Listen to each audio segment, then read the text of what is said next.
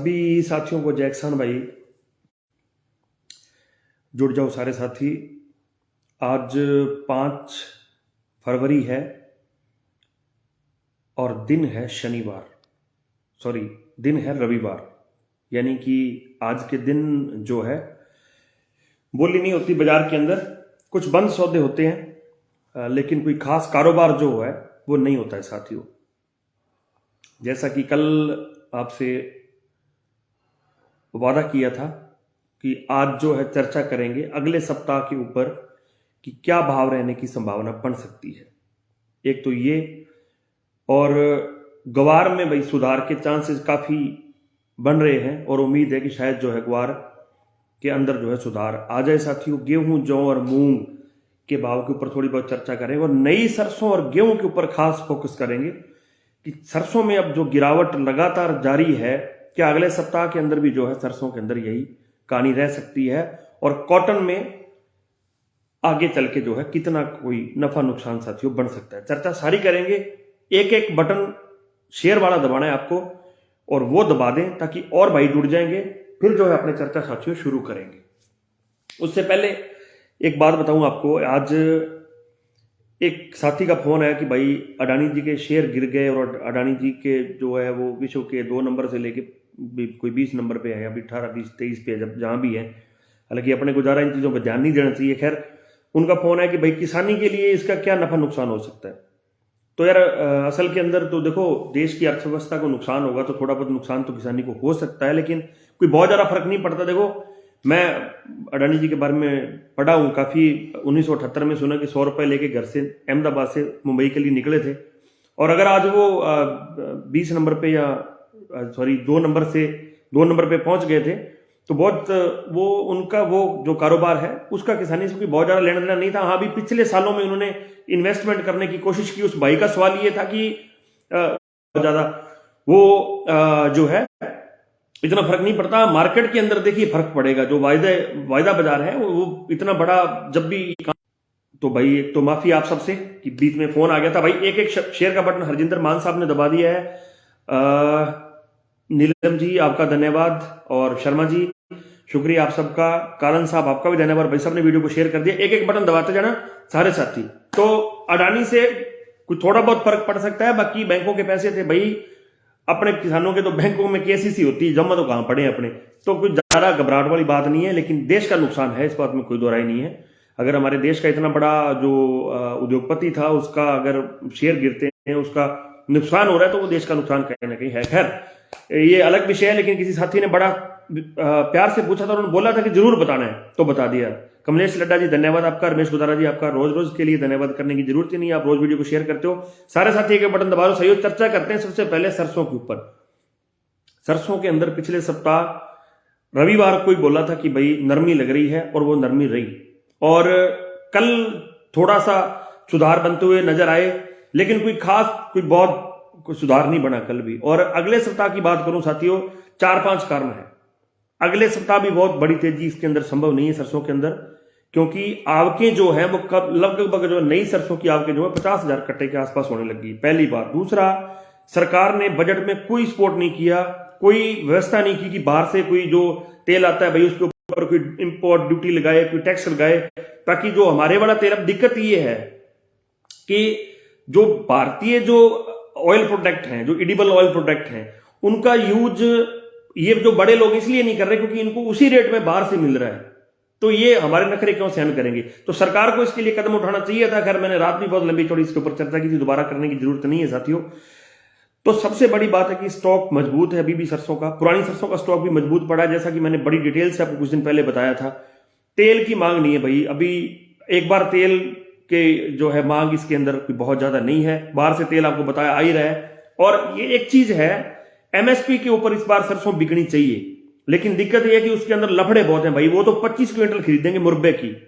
अब फिर वही बातें आ जाती है, सरकार की नीतियां इतनी खराब है। अब हमारे यहाँ पे जो औसतन, चलिए इस बार तो थोड़ा बहुत ये बर्फ वाला हो गया, जो अपना जो एरिया है, जिस एरिया से अपने लोग बिलोंग करते हैं, यहां पर औसतन 5 क्विंटल सरसों बिके की निकलती रही है। 6 भी 7 भी निकल जाती है इलाके के अंदर। लेकिन दिक्कत ये है कि जो भाव तय होते हैं ना, वो जो ऊपर वाले इलाके हैं जहां सरसों 2 क्विंटल 2.5 क्विंटल निकलती है, और बीघे की, और बैरानी इलाका है, पता नहीं वहां के लोग कोई क्या सिस्टम है तय करते हैं वहां का। देखिए अब 1 रुपए की अगर एमएसपी के ऊपर भी अगर बिकेगी ना तो वो भी 25 क्विंटल ही बिकेगी। तो भाई इस कारण से कोई सरसों के अंदर सरकारी एजेंसियां भी बहुत ज्यादा खरीद नहीं करेंगी। हालांकि इस बार इनको मिल जाएगी, ये तय है कि ये सरसों खरीदेंगे इस बार। पिछली 2 बार तो इनको मौका ही नहीं मिला, तो वो भी चीज है, वो भी एक कोई दबाव लग रहा है कि थोड़ा बहुत सरकारी जो एजेंसियां खरीदेंगी। लेकिन कुल मिला के ओवरऑल अगले सप्ताह के अंदर सरसों के अंदर कोई बहुत बड़ा चमत्कार नहीं होने वाला, ये बात बिल्कुल तय है।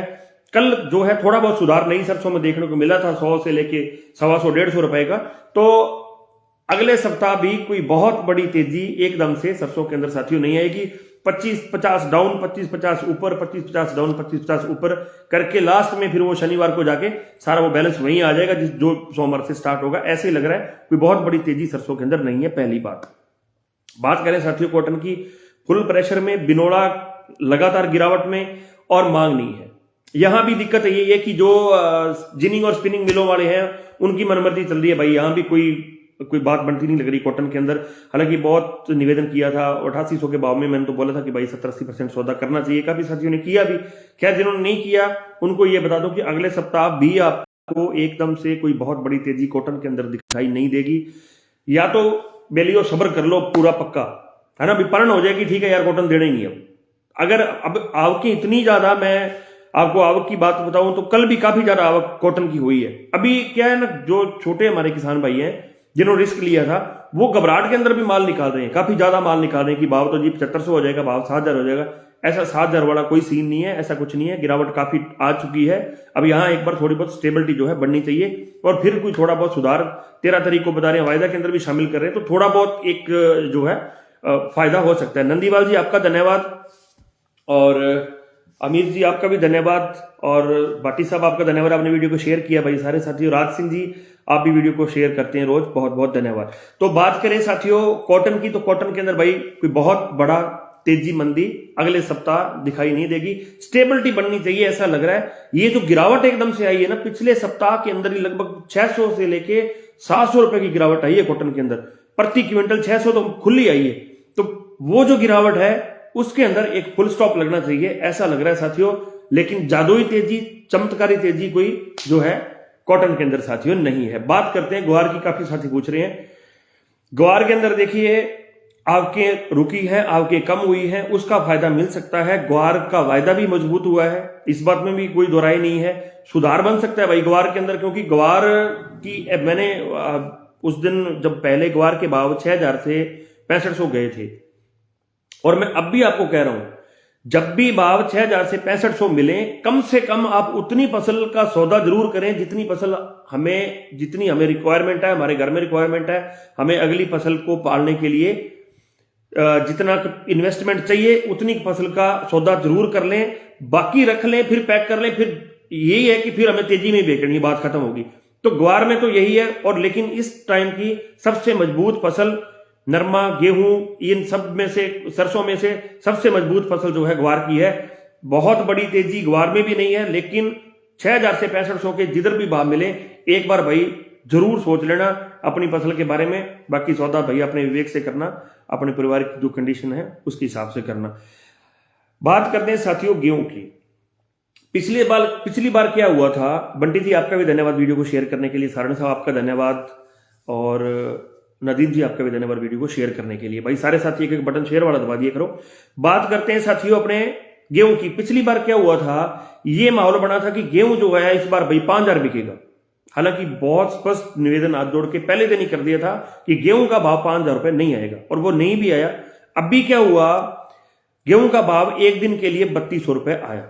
उस दिन फिर वही अफवाह चली कुछ। रहमत अली जी आपका भी धन्यवाद, आपने वीडियो को शेयर किया।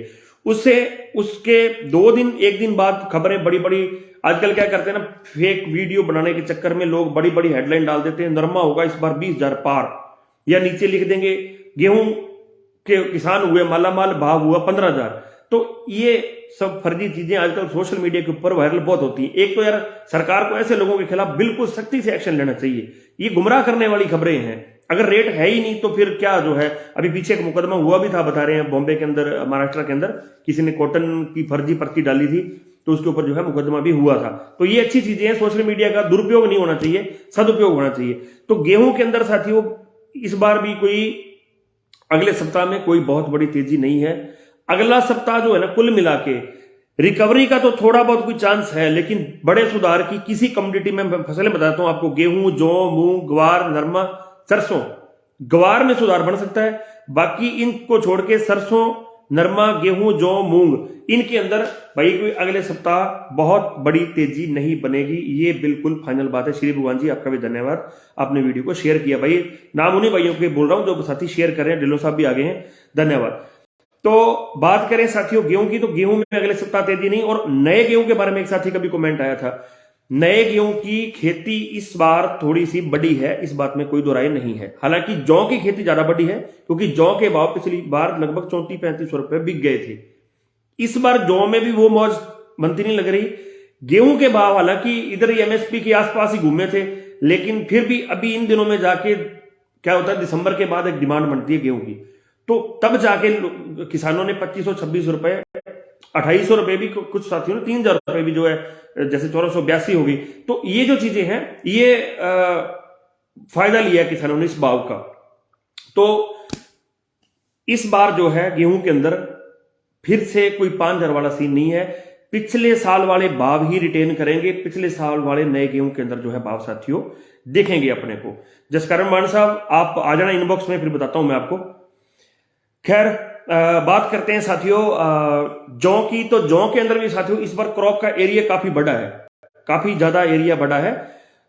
और जौ के अंदर भी कोई पिछले साल वाले भाव, हालांकि 3400 रुपए 3500 रुपए बिक गए थे, तो फिर जो है वो वाले भाव जो है इस बार जौ में भी मुश्किल लग रहे हैं। हालांकि एक चीज ये जो कोरा पड़ा है उससे जौ को और गेहूं को काफी अच्छा फायदा हुआ है, भगवान की कृपा से फसल बहुत अच्छी है। लेकिन अभी जो 2 दिन से गर्मी पड़ रही है, इससे गेहूं को भी और जौ को भी एकदम से गर्मी आना, टेम्परेचर काफी ज्यादा हाई था आज।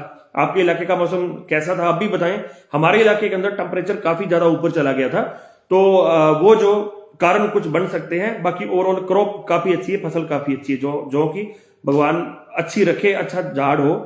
मूंग की बात कर रहे थे एक साथी, मूंग के अंदर जिस दिन भाव 8200 बिका था, इधर नौर के अंदर अपने नागौर के अंदर 8200 रुपए भाव बिका था, उस दिन मैंने बोला था कि ये मेला लूटने वाला दिन था, लूटना चाहिए। और वहां से फिर बहुत आगे तेजी नहीं बताई थी, मैंने कहा था कि यार 8200 रुपए भाव ठीक है, उसके बाद जो है नहीं लगता कि शायद जो है तेजी बने। तो अभी क्या है साथियों, अभी भी जो है मूंग के अंदर अगले सप्ताह कोई बहुत बड़ी तेजी नहीं है। लेकिन जिन भाइयों के पास मूंग पड़ा है, एक बार सोच लेना, ये जो भाव चल रहे हैं इनके अंदर एक बार सोचना जरूर कि आपको कितना का सौदा जो है करना चाहिए। इससे ऊपर मैं आपको जो है कुछ साथियों नहीं कहूंगा। तो भाई ये था मोटा मोटा अगले सप्ताह का आइडिया, और आप सब लोग बहुत प्यार करते हो, बहुत बहुत धन्यवाद आपको उसके लिए। हालांकि अभी एक मान साहब आए थे, ऐसे लोग भी हैं, चलो ये भी हमारे भाई हैं। अभी शाम को थोड़ा सा, एक तो टाइम मेरा लाइव का ये होता है ना, थोड़ा सा कुछ लोग तैयार भी हुए होते हैं, तो उस चक्कर में किसी की कोई पर्सनल रंजिश वो होती है। खैर वो बात नहीं है, मैं तो निवेदन करूंगा भाई किसी को ऐसा कुछ है तो फिर इनबॉक्स में आ जाओ भाई, है ना, क्योंकि सबके सामने तो भाई अपने अच्छा नहीं लगते, अपने सामाजिक लोग हैं, पारिवारिक लोग हैं। खैर साथियों धन्यवाद आप सबका बहुत बहुत। तो मिलेंगे कल 8:30 बजे, तब तक के लिए किसान एकता जिंदाबाद।